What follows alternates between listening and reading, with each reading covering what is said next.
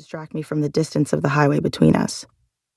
She's probably heading to the skate park to practice her rock to fakie, with some friends before her flight to Freetown takes off in a few days. Homesickness holds me so tight around the throat I can't breathe for a minute. You coming? Tracy is already navigating the path to the house. The structure blurs at the edges, crooked and imprecise. Maybe I'm carsick.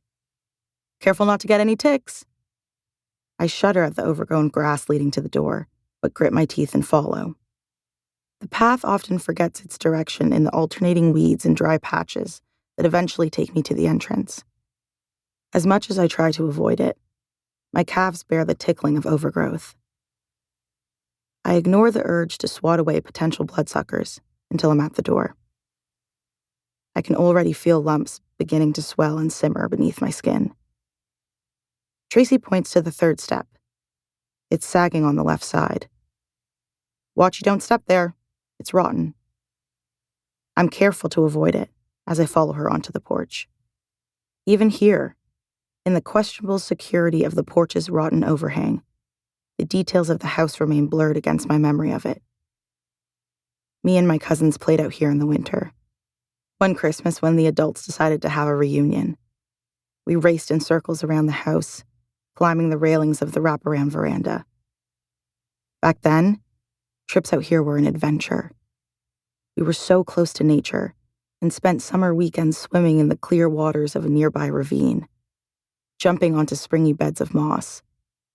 That vague memory version of this house is as distant as my cousins, who haven't come to visit in 6 years.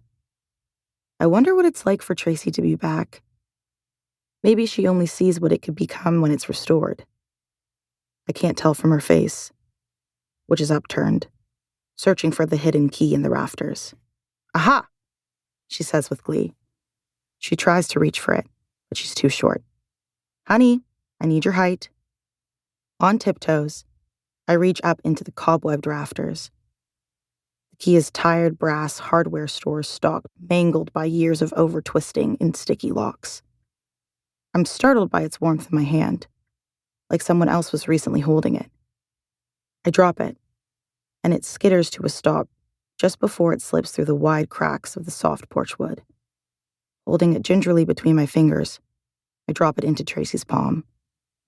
Thanks, Asha. Tracy kisses my cheek. I almost pull away out of habit, but I want to love her just as bad, and my arms find their way around her. She holds on too long. It's as if she's sucking the love out of me. When I was younger, I used to curl up beside her in bed when I had nightmares and melt into the safety of her. Now something about her skin touching is artificial. Tracy unlocks the door and steps inside.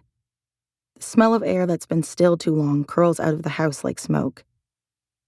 Its undertones are familiar and alive. Aging wood, silver polish, yeast and pine. But the result is as strange as looking at someone you knew well in an open casket. All that compressed dust pretending life.